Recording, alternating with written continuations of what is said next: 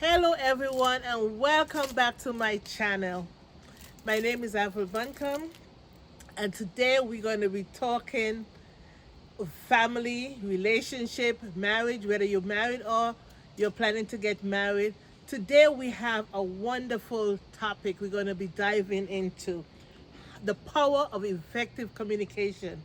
So come on in and let's get right into looking at some ways to communicate.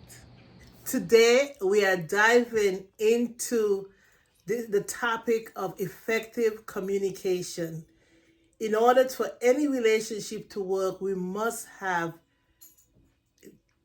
tools for effective communication. Before we dive into this topic today, I'm asking you to like this channel, subscribe, share, and leave a comment. And of course, please put on a notification bell that you will not miss another video, because we are doing a series of effective communication, effective relationship. And the first part of that, of course, is effective communication. Effective communication is the lifeblood of any successful relationship. It is not just about talking. It is about truly understanding and being understood. Today we will explore why it is so crucial to have effective communication skills in order to have a positive, successful relationship. And today we want to provide some practical tips to enhance your communication. We're going to look at why communication is important. Communication is the art of listening, watching, and sharing.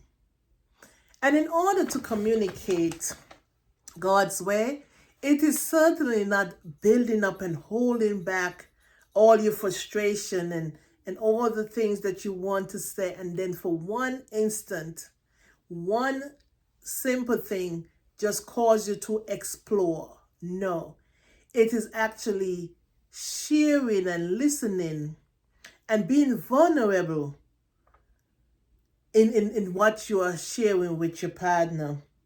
So we need to be honest and open, because communication is more than just words. Actually, the specialists said that communication, words, verbally communicating, is actually only 8% of communication.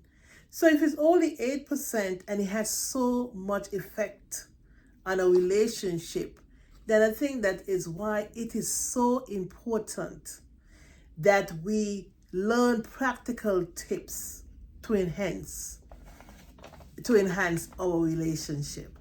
Let's look at communication is more than just words. Communication is a bridge that connects the hearts and minds. In relationship, it's the key to intimacy, trust, and mutual understanding. When done right, it can strengthen and bond you and your spouse, you and your family members, your children, in such a way that enhance a relationship where you are feeling so secure. One is the essential aspect of a relationship is active listening. Active listening. A lot of times when we listen to respond more than listening to understand. And so, why is it important that you listen to understand what the other person is saying? It is about giving your full attention. It's about being present in that conversation. Making eye contact is very important. It's truly understanding the other person's perspective. And here we want to give a few tips. So the first tip is truly maintaining eye contact. Look at the person, look in the eyes. Let them know that you're not only hearing, but that you are listening and that you're understanding. The next one is eliminating distraction. So just concentrate on your spouse. Concentrate on what they're saying to you. Don't look around. Don't find something to busy yourself with. So eliminate all distraction. The next thing, please, you need to use verbal and non-verbal cues to show your engagement. So you could say, you could nod. You could say, I understand. That makes sense. So you could actually respond in a way that the other person know that you're truly hearing what they're saying. How do we express ourselves clearly? Because this is important. Expressing yourself clearly is very important. Using the I statement. So how can we use the I statement to share our feelings and avoid blame and accusation? I wrote down something here. It said there's a positive way of expressing yourself clearly. And it said by using the I statement to share your feelings and your thoughts and to avoid blaming. Because, for instance, if there's a situation where maybe something might be happening over and over, and you keep saying, oh, well, this is what you're doing, and you don't think about me, and you're so selfish, and you're so mean, and all those things, all you need to simply say, this is how I feel when you speak to me in that tone. When you speak to me in that tone, I feel that you are not respecting me. I feel like I'm not being heard. I feel like you don't look at me as an equal. And so instead of saying, well, you say that by what you're saying, you don't care about me. You don't respect me. No. Say, let the person know how what they're doing and saying make you feel. So that's part of the I message. So this helps create a safe space for open dialogue. A safe place for open dialogue without triggering an argument. People get defensive when they feel like you're accusing them. But when you say, this is how I'm feeling, you're actually talking about you. How is this making me feel? And it does make a difference. So then let's look at some other tips here. In communication, there's so many barriers that could cause miscommunication in any relationship. And so we know there are cultural barriers. We have language barriers. Language barrier will be, for example, if you coming from a different culture, and it doesn't matter, it doesn't have anything to do with race. You might have two people that are coming from the Caribbean, for instance, same nationality, but come from different islands, for instance.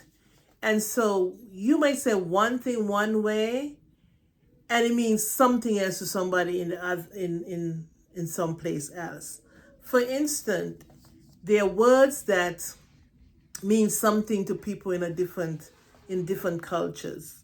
And as much we need to avoid those as much as possible in our relationship. So for example, we all face communication barriers at times. It could be a misunderstanding, as I said. It could be different ways of communicating. It could be that people have different style in how they communicate. Some people have emotional barriers, and that's something we mentioned, emotional barriers. But the key, even though we have all these different barriers, the key for overcoming barriers is being very aware and actively work towards correcting and overcoming them. So patience and empathy and a willingness to understand where the other person is coming from and how the way we communicate affect others. That goes a long way. Just saying, hey, I'm sorry. I didn't realize that offended you. And then, be quick to explain. And if we're listening and you could say, well, I don't understand what that means, or to me, this means this. And then you could quickly get a chance to just tell the person, well, no, that's not what I mean. And that could go a long way in providing, that's community, that's communication, where that goes a long way in helping your partner, your spouse, understand you don't mean it in a negative way. But now the person now learns something new about you in your relationship. So let's think about when something, let me illustrate to you a positive or effective communication. So I remember when I first got married, and not knowing how to communicate effectively. So my husband and I, we both went to work. And when I got home, my husband was there, and there was nothing, started in terms of preparing dinner for that evening. And I said to my husband, so you came home a long time and you're just sitting here, you didn't even start dinner, so at least when I come home I could finish it. And my husband was so hurt. And I didn't understand why he would be so hurt. But then he said to me, you did not even ask me how long I've been home. He had just walked in the door just before I came home. And all I needed to simple ask, or simple just say, hello, how was your day? And then I would have known that he had just walked in the door before me. And so that's the I message. I could have simply said, I would have appreciated if you came home a while, that maybe you could have started dinner. And it would have made a big difference in that conversation. And I learned from that moment not to assume, not to think that I know, but the best thing is just simply to ask. So in this video, I'm hoping that what you have gotten from this, that there is a effective way to communicate that foster closeness, that foster intimacy, that foster that togetherness, and it'll cut down on a whole lot of argument and disagreement. So I want you to participate. Please put in the comments, share with me an experience you have had that you wish you had said it better, or by using the I statement, how it went really well. So I want you to do that for me. Just share how you use effective communication that foster a closeness in your relationship. What challenges have you had to face? And how have you overcome them? So these are some questions that you could answer. Just put it in the chat and we could look at them and discuss it. So let's create conversation based on what we have learned and from each other. So as we wrapped up today, I hope that as we go through this series, and this is the first one in the series, the first where we talk about, how to build a successful relationship. These were some of the 5 principles. So this is one of the principle is effective communication, because how we communicate effectively with our spouse and our children is going to make a difference in what type of relationship you're going to have at home. So please share this video with anyone you think will benefit from it. So if you're married, it's for married people. If you're thinking about getting into a relationship, if you learn these communication skills, you will have a head start as you get into your relationship, marriage. And Thank you again for being here and for listening. And let us build this community of families. So again, subscribe, comment, share, and put on your notification bell so you can not miss another video ever.